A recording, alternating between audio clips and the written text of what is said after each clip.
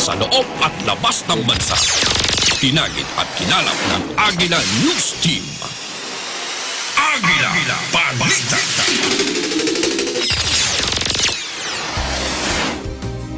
Magandang tanghali Pilipinas, ngayon ay Miyerkules, Marso 18, 2020. Ito ang Agila Balita.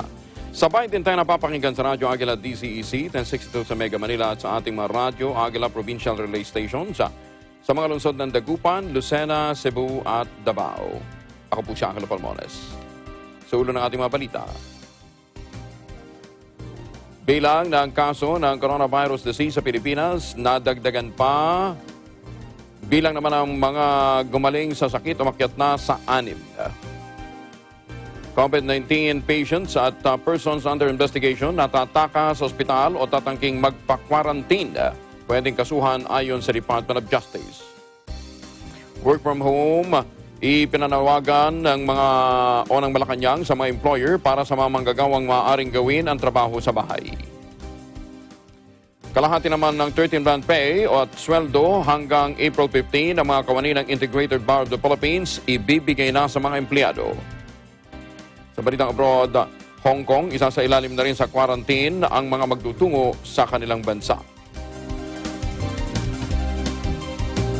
Sa detalye ng mga balita, nadagdagan pang bilang ng kaso ng coronavirus disease sa Pilipinas. Sa tala ng Department of Health, umakyat na sa 187 ang bilang ng COVID-19 cases sa Pilipinas. Nasa 600 naman at 55 ang sumasailalim sa pagsusuri ang nagnegatibo na sa virus. 100 naman at 84 sa mga nagpasuri ang naghihintay na ng resulta. Samantala, umakyat na sa 14 ang namatay, kaugnay pa rin ng COVID-19. Samantala, 6 na ang bilang ng mga gumaling o nakarecover sa COVID-19. Ito naman ang inuulat ng Department of Health.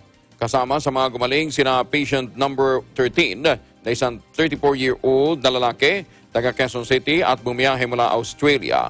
Si patient number 14 ay 46 years old, taga Pasay at walang travel history. Nakarecover din si patient 25 na isa sa 2 repatriate na crew ng MV Diamond Princess Cruise Ship sa Japan. Samantala, nasa pang-14 naman ang bilang ng mga namatay sa COVID-19 sa Pilipinas. Hindi rin ligtas sa kaso ng mga nagpositibo sa COVID-19 at person under investigation na tatangging magpa-quarantine o kay tataga sa pagamutan. Sinabi ni Justice Secretary Minardo Guevara, maaaring kasuhan sila ng non-cooperation sa ilalim ng Republic Act 113332 o batas na sa mandatory reporting of notifiable diseases and health events of public health concern at paglabag din sa quarantine law. Ayon sa kalihim, hindi excuse ang pagkakaroon ng sakit sa kriminal na pananagutan. Una rito, may mga napaulat na babae mula naman sa San Juan na matapos malamang nagpositibo sa COVID-19, nagtangkang tumakas at kinailangan pang habulin ng mga otoridad. Meron ding magkapatid na PUI na tumakas sa quarantine area sa Sarangani at tinangkapang bumiyahe patungong Japan mula Davao. Nagkasanang manhunt ang mga pulis at natunton ang dalawa sa isang hotel sa Davao City. Posibleng umabot ng 70,000 hanggang 75,000 ang kaso ng COVID-19 sa Pilipinas sa susunod na 3 buwan. Ayon kay Health Undersecretary Maria Rosario Berhere, ito ay batay sa pagtaya ng mga otoridad sa oras na umabot ng Pilipinas ang pandemic peak ng COVID-19.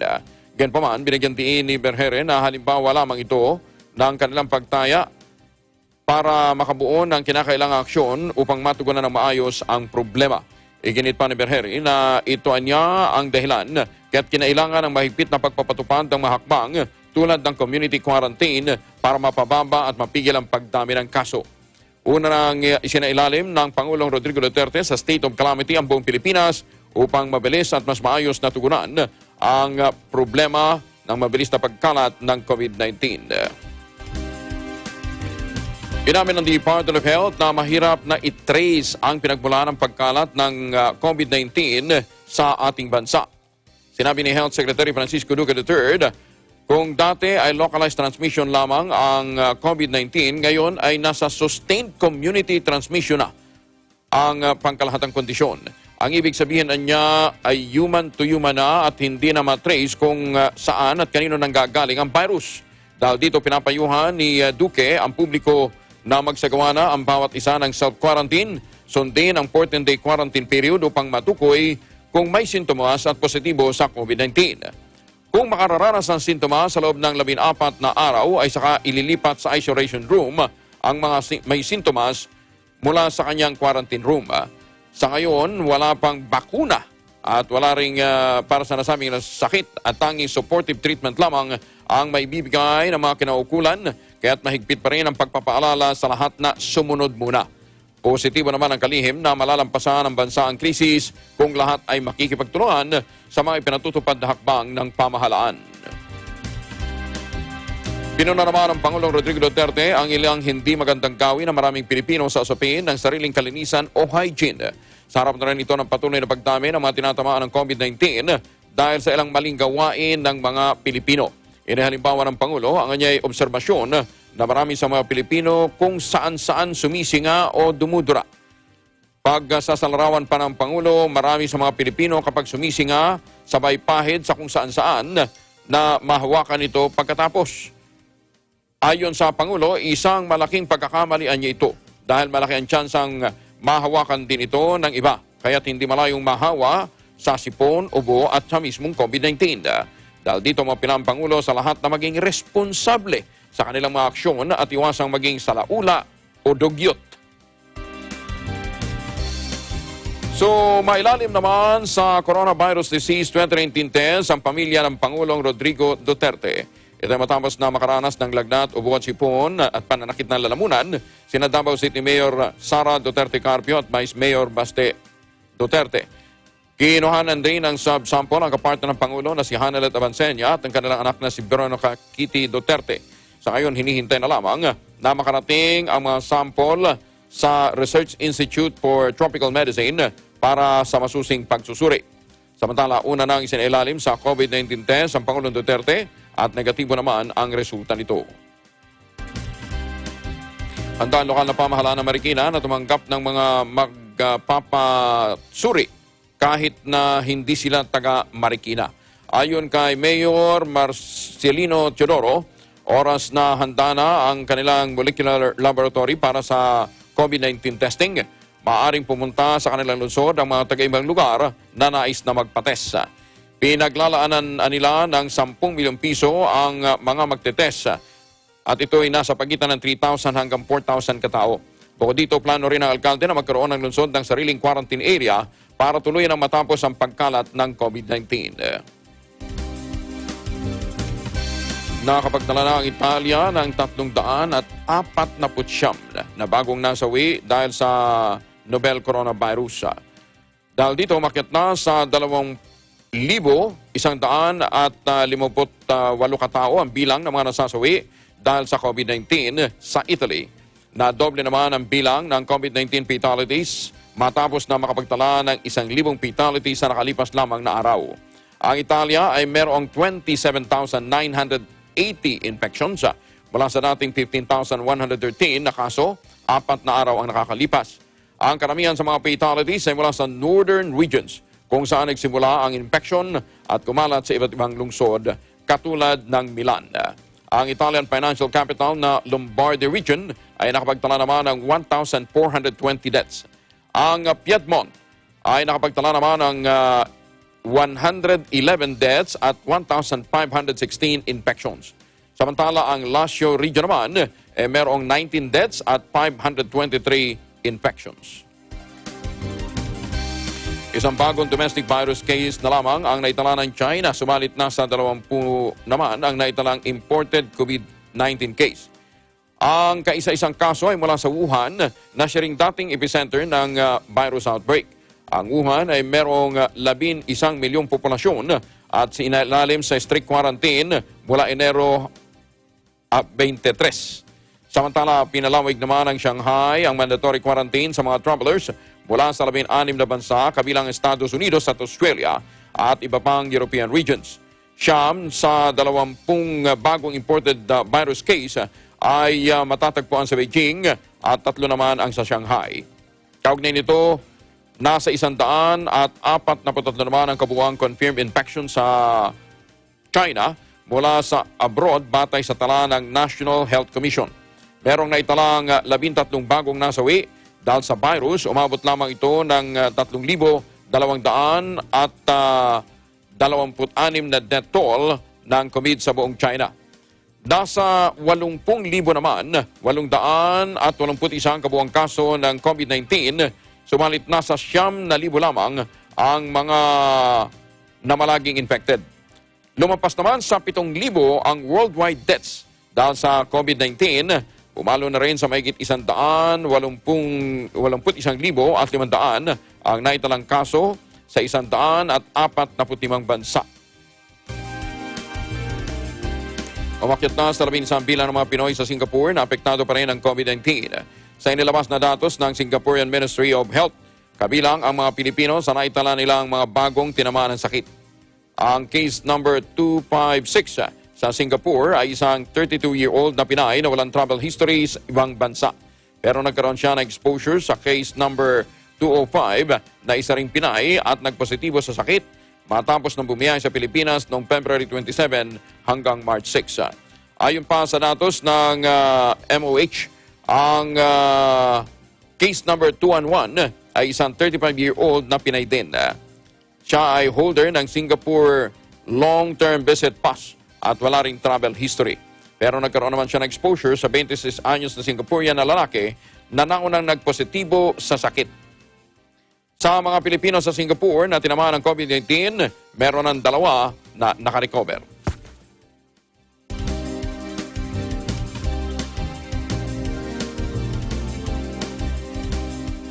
Magbabalik pang Agila Balita. Agila Balita. Mula sa DOH, PCOO, KBP at ng himpilang ito.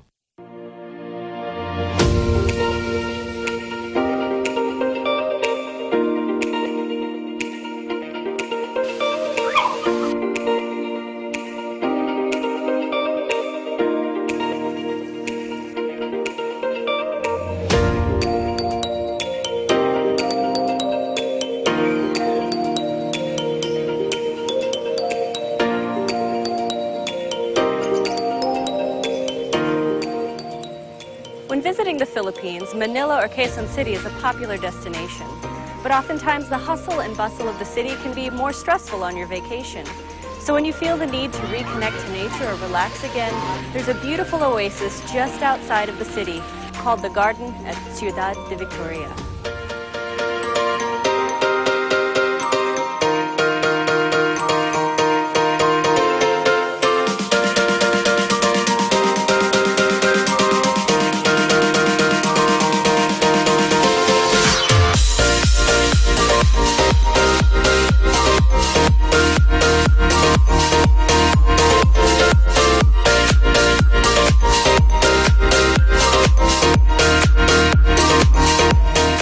Some of the species that you can see here include hydrangea, snapdragon, and stargazers. They're truly beautiful.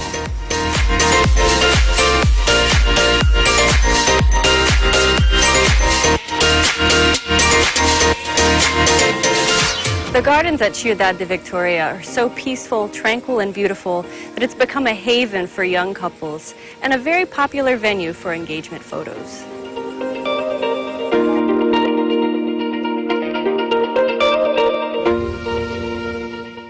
The next time you want an escape from the big city, the garden at Ciudad de Victoria is a wonderful place to visit.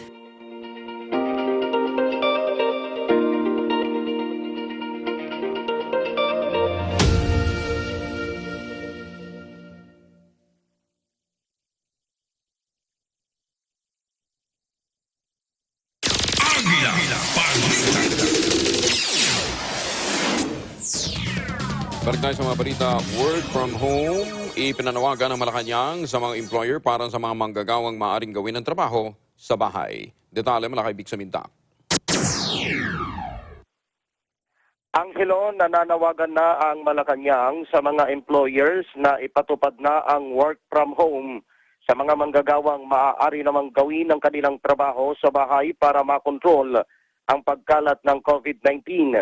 Sinabi ni Secretary to the Cabinet Carlo Alexei Nograles, ito'y bilang pagtalima sa probisyon ng Enhanced Luzon-wide Community Quarantine na iniutos ni Pangulong Rodrigo Duterte kamakailan na dapat ang mga tao ay nasa kanilang mga tahanan at iwasang lumabas maliban kung emergency o bibili ng pagkain at gamot. Ayon kay Nograles, maging ang isinasagawang regular press briefing ng Interagency Task Force o IATF ay pinag-aaralan na rin gawing virtual press conference. Inihayag ng Malacanang sa pamagitan ng virtual press con, idadaan sa online ang tanong ng media kaugnay ng development ng ginagawang pagresolba ng pamahalaan sa COVID-19. Nauna nang nagsasagawa ng virtual press briefing ang Laging Handa program na pinangungunahan ni Communications Secretary Martin Anganar. Vic Samintak, Eagle News, I am 1 with 25. Kalahati naman ang 13th month pay at sweldo hanggang April 15 ang mga kawani ng Integrated Bar of the Philippines ibibigay na sa mga empleyado. Detalye mo na kay Eagle News reporter Moira Encina. Ibibigay na ng Integrated Bar of the Philippines ang kalahati ng 13th month pay para sa 2020 at sweldo hanggang April 15 ng mga kawani nito bunsod ng Enhanced Community Quarantine dahil sa COVID-19. Ayon kay IDP National President Domingo Egon Cayosa, matatanggap na ng IDP national employees at mga legal aid clerks ang mga nasabing sahod at benepisyo para makabili ng mga pagkain at iba pang pangangailangan sa loob ng mahabang panahon. Pinayuhan naman ng IBP ang mga IBP employees na matalinong gamitin ang kanilang mga advanced salaries at benefits sa mga pangunahing pangangailangan upang sapat ito sa panahon ng lockdown. Inatasan na rin ni Cayosa ang mga local chapters ng IBP na mayroong sapat na pondo na gawin din ang kaparehong hakbang para sa mga legal aid clerks. Para sa Eagle News, Moira Encina, 125. Filing naman ang income tax returns dapat napalawigin ng BIR hanggang sa May 4, 2020 bunsod ng COVID-19. Detalye mo kay Eagle News reporter Eden Santos. Yan ang muling panawagan sa Bureau of Internal Revenue ni Albay Representative Joey Salceda. Sa harap pa rin ito ng Enhanced Community Quarantine bunsod ng COVID-19. Ayon kay Salceda, Chairman ng House Committee on Ways and Means, mas may kabuluhan kung palalawin ng BIR ang filing ng ITR ng ating mga kababayan sa halip na sundin ang April 15 deadline na ilang araw lang ang pagitan mula sa pagtatapos sa April 12 ng total lockdown sa buong Luzon na ipinatupad ng gobyerno. Dagdag pa ng kongresista, bagaman nasa batas ang April 15 deadline, maaari namang magpatupad ng exemption ang commissioners ng BIR lalo na sa mga itinuturing na meritorious case tulad ng COVID-19. Ipinanukala ni Salceda ang tax deadline extension bilang bahagi ng 199 billion peso package na tax measures na naglalayong paunlarin ang ekonomiya at makompensate ang anumang magiging lugi sa ekonomiya bunsod ng COVID-19. Iahain ng kongresista ang Filipino Families First Act of 2020 sa Kamara. Para sa Eagle News, Eden Santos, I am 1 with 25. Pahintulutan na ng gobyerno ang mga OFW na umalis ng bansa at bumalik na sa kanilang mga trabaho sa ibang dagat.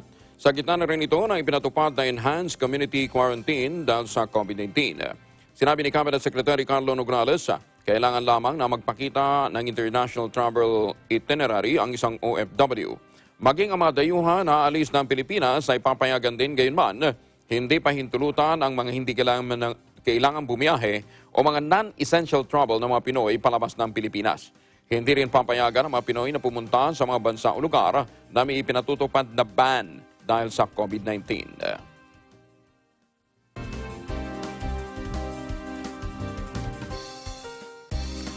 At kaugnay niyan, kasama natin ngayon si Immigration Spokesperson Dana Sandoval. Ma'am Dana, hanggang kailan ang huling biyahe para sa paglabas sa Pilipinas ng mga dayuhan at ng mga Pilipino? Magandang hapon po. Pwede naman po silang bumiyahe the entire community quarantine period as long as po pasok lang sila dun sa mga categories na yon, which are foreign nationals, balikbayans, and OFWs po. So pwede po silang lumabas ng bansa. Lifted na po yung 72-hour travel period.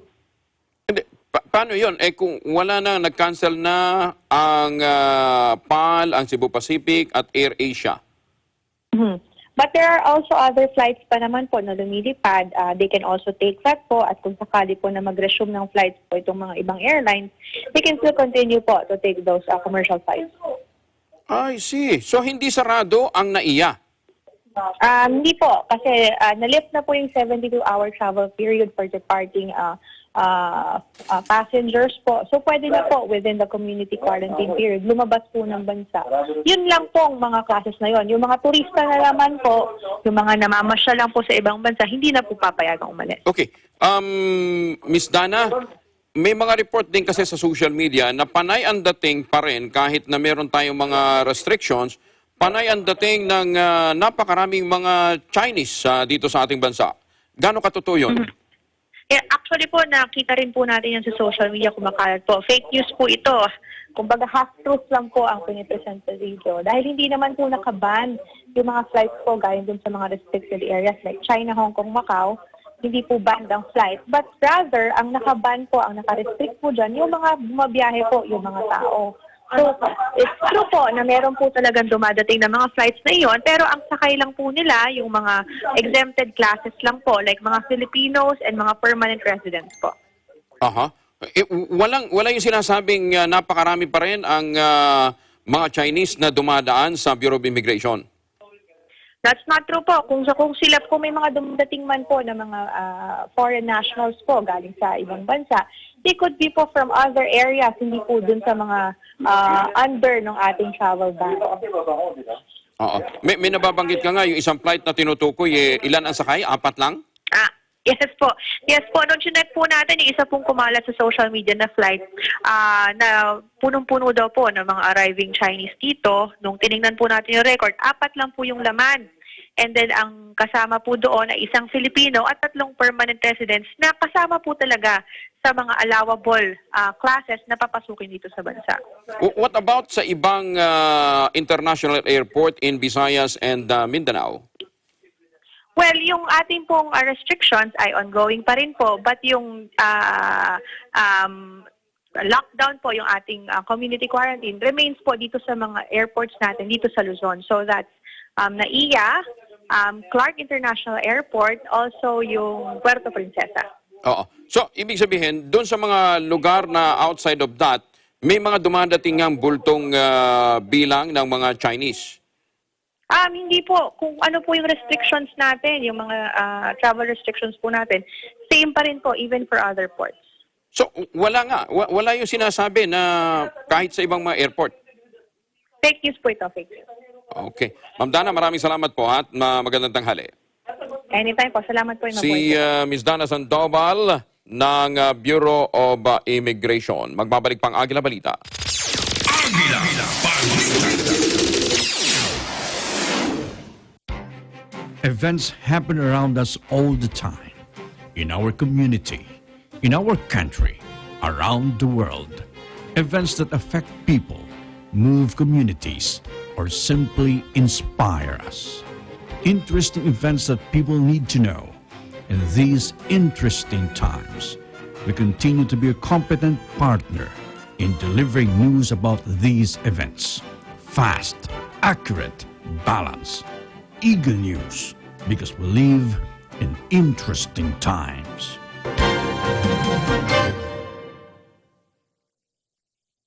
ASEAN in Focus. Monday to Friday, 2 to 2:30 p.m. Agila Balita.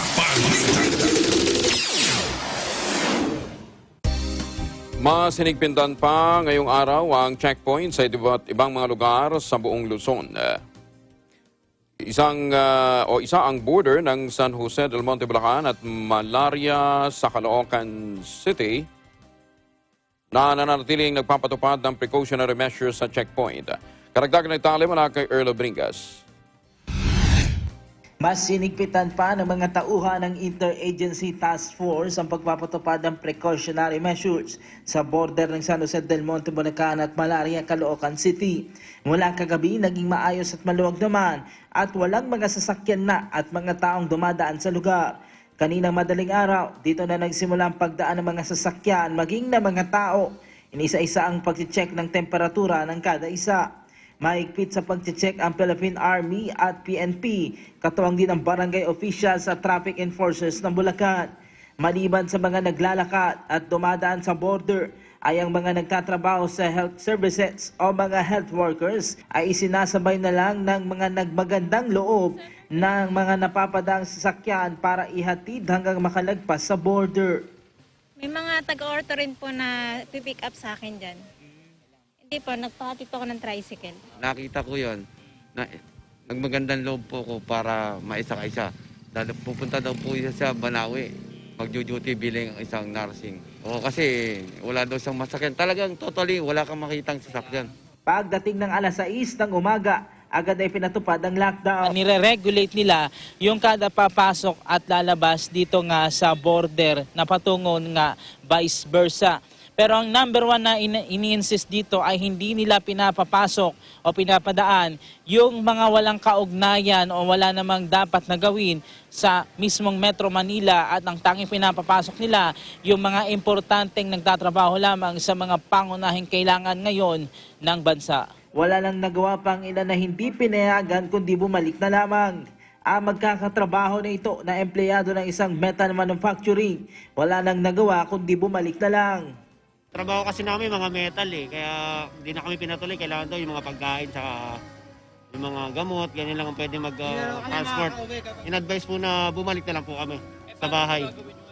Bali, uwi na lang po sa bahay. Ang mag-asawang ito na nagtatrabaho sa pharma company, di pinayagang makalusot sa checkpoint. Binawal na kasi nila ang magkaangkas sa motorsiklo dahil sa pinatutupad na social distancing. Di naman siya marunong magmotor. Wala rin naman sasakyan mag-commute. Babalik kami, tatry namin magdala ng kotse kung palit ng sasakyan.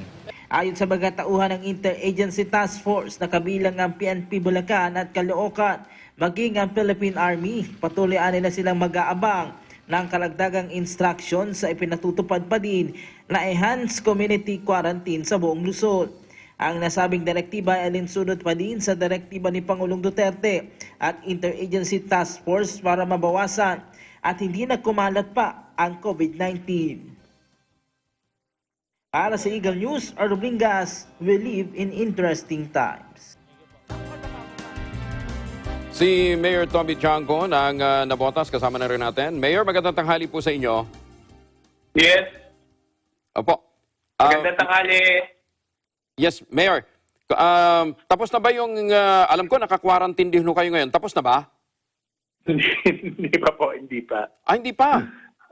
Opo. Hindi pa, kasi na-expose kami March 5, so plus 14 days, March 19, so last day ng quarantine bukas, at March 20, pwede na. Kaya lang, hindi ko alam may nagsasabing 21 days, so pinapa-verify ko ano ba talaga na. Nalilito na ako sa mga informasyon Mm-hmm.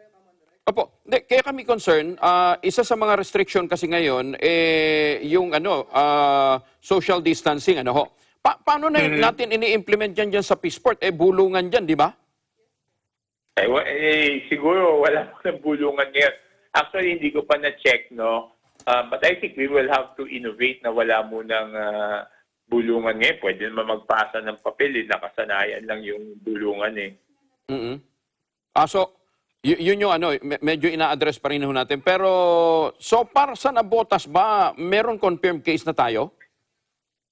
Wala po. Ito po, bibigay ko sa inyo yung update. No? As of 4 a.m. this morning, sandali lang po.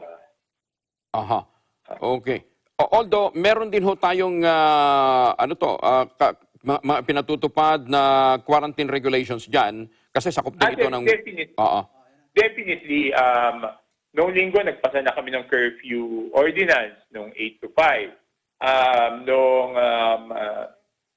naglabas ho si President Duterte ng direktiba, pinasara ho natin yung mga computer shops, yung mga bilyaran. Kaya lang iba matigas ang ulo. Pagtalikod ng mga nagsasara, binubuksan ulit. Winawarningan ko ho sila. Pag hindi kayo sumunod, kahit matapos na itong COVID-19, hindi ko na ko kayo bibigyan ng business permit. Kaya sumunod na kayo ngayon, mga computer shop. Pag ginanyan nyo kami, hindi ko na kayo bibigyan ng business permit kahit matapos tong COVID-19. Okay. Sige ho, update kami ulit. Ang update po sa Nabotas is, yes, Mayor. okay, 4 a.m. po to, no? 4 a.m. kanina, 67 po ang PUM natin. Okay. Yung persons under monitoring. Yes, sila po yung na-expose o nagpunta sa bansang may COVID-19 pero walang simptomas. Kasama na ho dun sa 67 kami ni Congressman John Ray. Okay? Tapos yung PUI po natin is 2 at wala pa tayong case ng COVID-19. That's the good news. At least PUI pa lang ho yun nandyan and hopefully mag-negative po yan. In the meantime, Mayor, ingat po ha. Yes, yes. At salamat doon sa bring up mo doon sa bulungan. No?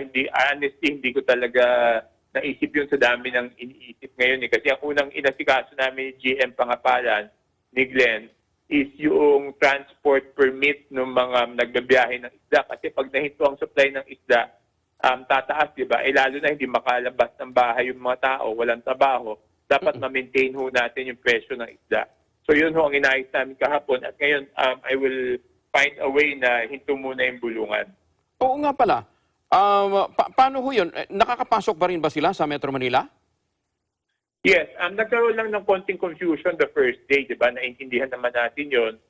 Pero pagkatapos na clarify, pwede na sila. At yung fish port naman may measures na tinitake. Dapat nakamask, dapat nakabotang puti, dapat naka-t-shirt na puti, pinukunan ng temperature. At yesterday morning, kahapon na umaga, nakita ko yung ibang nagbabiyahe ng isda, hinihinto daw sila.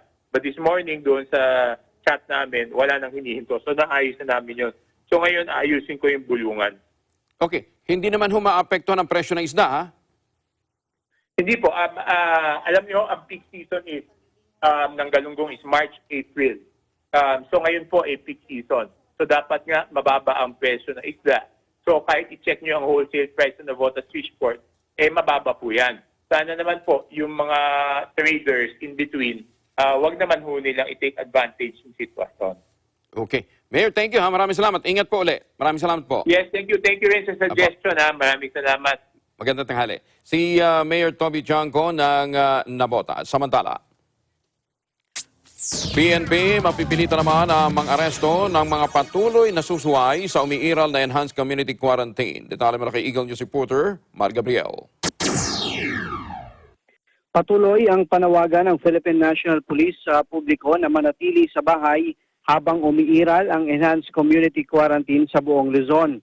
Ayon kay PNP Chief Police General Archie Gamboa, ito ay para maiwasan ng kumalat ang 2019 coronavirus disease o COVID-19. Binigyan din ni Gamboa na may 2 batas na maaari nilang gamitin na batayan para arestuhin ang mga pasaway nating kababayan na hindi sumusunod sa ECQ. Kasama na rito ang mga nagpipilit na lumusot sa mga border kahit pa hindi naman kasama sa mga exempted. Ayon sa PNP, maaring maharap sa disobedience of person in authority sa ilalim ng Revised Penal Code, gayon din ang paglabag sa Republic Act 11332 o non-cooperation. Kaya pakiusap nila sa publiko upang hindi humantong sa pasto ay sundin na lang ang abiso ng pamahalaan. Para sa Eagle News, Mar Gabriel, IM1 with 25. Maluwag na daloy ng trapiko sa Metro Manila nais na magtuloy-tuloy ng mga motorista kahit wala ng COVID-19. Detalye mo na kay Eagle News reporter Eden Santos. Maraming mga motorista ang natutuwa sa maluwag at mabilis na daloy ng trapiko sa Metro Manila. Sa harap yan ng patuloy na ipinatutupad na Enhanced Community Quarantine ng gobyerno bunsod ng COVID-19. Isang kahabaan ng Commonwealth Avenue sa may maluwag at mabilis na daloy ng mga sasakyan sa loob ng nakalipas na 3 araw na implementasyon ng lockdown. Kung ikukumpara kasi sa mga ordinaryong araw na walang COVID-19, halos usad paggong ang daloy ng trapiko sa tinaguriang Killer Highway, bukod pa sa napakaraming mga pasahero na stranded. Ayon sa ilang motoristang nakausap ng Net25 News, sana ay ganito araw-araw sa lahat ng kalsada sa Metro Manila kahit walang COVID-19. Mas magiging mabilis nilang transportasyon at wala pang gaanong aberya at aksidente. Ano masasabi niyo sa traffic situation ngayon sa Metro Manila? Sa tingin niyo ba dapat ito yung ideal na traffic situation kahit walang COVID? Tama. Tama to. Sana po, ganito po lagi. So, bilang motorista po, maluwan po para sa amin yung ganito po. Sobrang luwag po ngayon, tapos maganda yung ginagawa ng government po natin. Mas maganda ma'am kasi para lahat ng may pupunta na malayo, malapit man, makakapunta ka agad. Makakarating ka agad. Sa pagbisita naman ng Net25 News sa Batasan, Quezon City, San Mateo, Rizal boundary, maluwag na ang mga sasakyan at mangilan-ngilan na lang ang mga motoristang dumadaan sa checkpoint. Pero may ilan pa rin mga kababayan natin ang nakuhanan ng mataas na temperatura. Bali po ma'am, ano po kasi, mainit po yung temperature nila. So ngayon, na-assess po namin kung ano po yung, kung sa weather po ba o meron po siya lang lagnat o ganun. Pero marami na ba yung mga natitest natin na mataas yung temperature pero pagka nakapagpahinga ng konti, bumababa naman sa normal? Meron naman pong ganun ma'am. Meron naman pong ganun. Malater, mababa naman na po. Kanina sir, ilan po yung ano nila doon? 37. Galing kasi ako sa sakyan, mainit na sa sakyan ng car. Wala naman pong nararamdaman sir. Medyo konting hilot at malungkot ako dahil napunan nga yung asawa ko. Sabi sa akin doon ma'am, 38.1. Pero wala naman kayong nararamdaman? Wala naman ma'am, galing kasi ako sa trabaho ko, so mainit. Yun lang siguro ma'am yung ano niya, kaya tumaas yung temperature. Hindi naman ako nararamdaman. Sa init lang? Puro saklob lang yung ulo ko eh. Pero okay na ba? Wala akong ganun. Sa ika-4 na araw naman ng lockdown, pila-pila pa rin ang mga mamimili sa ilang supermarket sa Quezon City. Sa kabila ng pagtiyak ng mga ahensya ng gobyerno tulad ng Department of Agriculture at Department of Trade and Industry na may sapat na supply ng pagkain at mga produkto, marami pa rin sa mga tao ang hindi maiwasang mag-panic buying lalo't Luzon-wide na ang lockdown. Para sa Eagle News, Eden Santos, we live in interesting time. 72-hour na panugid sa international flights. Binawi na mga papaalis na aeroplano, papayagan na. Detalye mo na kay Eagle News reporter Mean Corbera.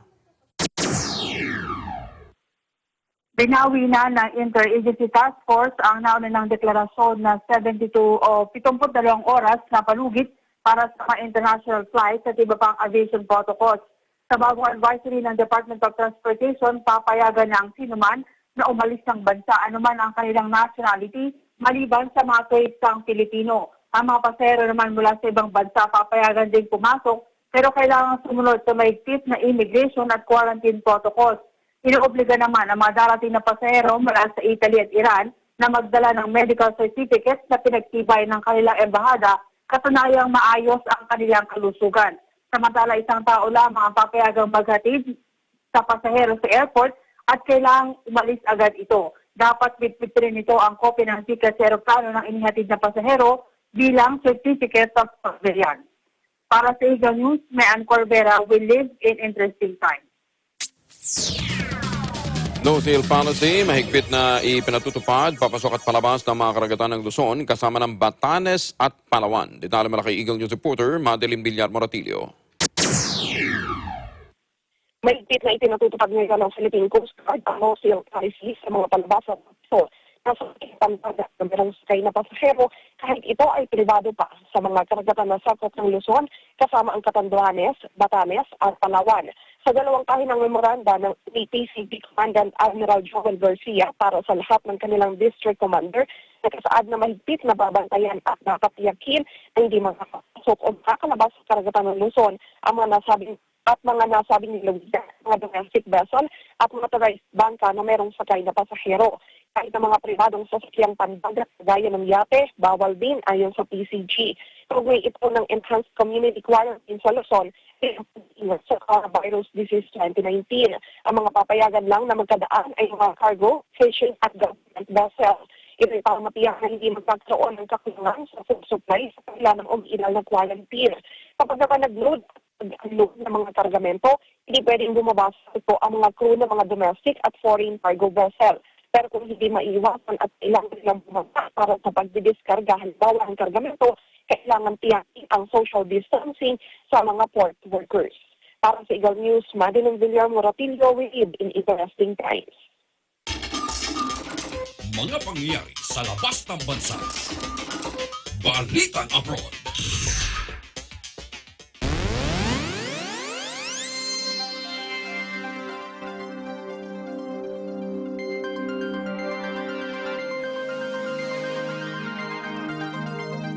Isa sa ilalim ng Hong Kong sa quarantine ang lahat ng mga turistang papasok sa kanilang bansa. Sinabi ni Hong Kong leader Carrie Lam, dapat sumailalim sa 14-day na quarantine ang mga bibisita sa kanilang bansa. Dagdag pa nito, hindi na ito epektibo sa Macau at Taiwan. Umabot na kasi sa 57 bagong kaso ng coronavirus kung saan 50 rito ay galing sa ibang bansa. Nasa 155 ang kumpirmadong kaso sa nasabing teritoryo.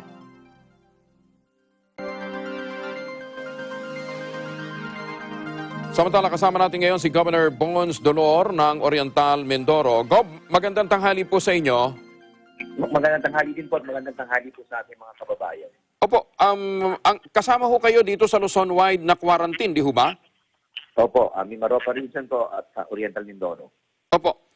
Ang Oriental Mindoro is island, ano ho? Yes po. Paano ho yan ngayon? Yung ibang mga supply na kinakailangan po ng inyong lalawigan, saan ho manggagaling, Gob? Yun naman kung community quarantine ay basically ang movement ng tao ang pinagbabawal. Yung movement po ng cargo, maliwanag naman po siya. Pwede po siyang pumasok at lumabas subject to certain health protocols at yung social distancing. Bago pa kasi po nag-declare ng enhanced community quarantine ang Metro Manila, nauna na po nag-declare ng voluntary community quarantine yung Oriental Mindoro. We made sure before that day came na enough po yung supply ng Oriental Mindoro. We have enough supply of rice, livestock, medicines. Nag-inventory po kami. Our supply for rice is enough for 47 days. Plus yung inaanit po ngayon, which will be enough for 14 months. Yan po aming livestock will be enough for several months. Ganon din po yung mga stock sa supermarket for basic necessities like milk and medicine. So that will be enough for another 2 months. Kung kaya nga po, hindi kami masyado nagka-problema as far as stocks are concerned. Kasi yun naman pong fuel namin, pinapayagan siya. Wala po siyang disruption sa travel. Ganon din po yung LPG. Yun naman pong aming borders ngayon, namin, relax namin kahapon ng konti, such that yung products from the Visayas na going to Manila, para hindi naman po magutom din yung mga kababayan natin sa Manila, ay nakakadaan po subject to certain restrictions. Like for example, pinadala po namin kasama po yung aming mga border patrol cars. Ibig sabihin, i-insure po namin na yung mga drivers sa helpers ng cargo vehicles ay hindi po kumakalat along the way. Oo. Gob, sabi nyo, even before the declaration for Luzon-wide, may mga preemptive action. Bakit po kayo nag-preemptive Kasi quarantine? island nga po kami, based from experience, mas madali pong i-contain pag island. So mas malilimitahan ang movement ng mga tao galing from those places na meron na pong positive COVID patients. Mas madali namin siya makukontain sa probinsya. Katulad po nito, since nauna po kami sa Metro Manila ng 12 hours, yun po ngayon mga chances na yung mga may infection na from the other parts of the country na papasok ng Oriental Mindoro, mas nalimitahan. Kung kaya nga po up to this very moment, yung aming pong PUIs, hindi na po nadadagdagan awa ng Diyos. Simula po nung nag-impose kami ng aming voluntary self-quarantine noong Saturday ng tanghali, yun pa rin pong bilang na yun, ayun pa rin ang bilang hanggang ngayon ng PUI namin. So because of that, mas madali po namin nakukontain ngayon. At the same time, since limited po yung access going to our ports, mas madali po namin na-check isa-isa ang temperature, check namin ang mga symptoms, sapagkat yung ports of entry po namin, 1 month before nag-impose ang Metro Manila, meron na po kaming mandatory screening at meron na po kaming health embarkation card bago pumasok ng Oriental Mindoro. In that way, we can check yung contact tracing madali. Kasi once magkaroon ng symptoms sa barangay, we can just look at the master list, sinong pumasok sa amin. Alam namin ngayon kung saan area to, sino yung katabi niya sa barko, anong barko siya sumakay, so we know kung sino yung passengers na sakay sa barko. We can easily trace. Oo. Gob, paano ang initial reaction ng mga kababayan natin dyan when you impose the preemptive quarantine? Actually po, nung una, ang ginawa ko kasi bago ako nagkaroon niya, dahan-dahan po yan 1 month before, mas matindi na po yung screening. Nagkaroon na din po kami ng mandatory filling up of embarkation card. Tapos, nung nag-declare po ako, before I declare, nag-meeting muna po ako ng Provincial Risk Reduction Management Council with all the mayors, with all the stakeholders. And before the declaration, I made a public announcement detailing therein the rules and regulations. After that, I came up with a very clear implementing rules and regulations of the executive order I issued long before. Kasi kailangan lang po naman maliwanag sa tao ano yung susundin muna niya. May mga kalituhan din po for a while. Pero less po yung kalituhan pag mas maaga mong ipinaliwanag ano yung i-implement kaysa nag-implement ng hindi na ang paliwanag.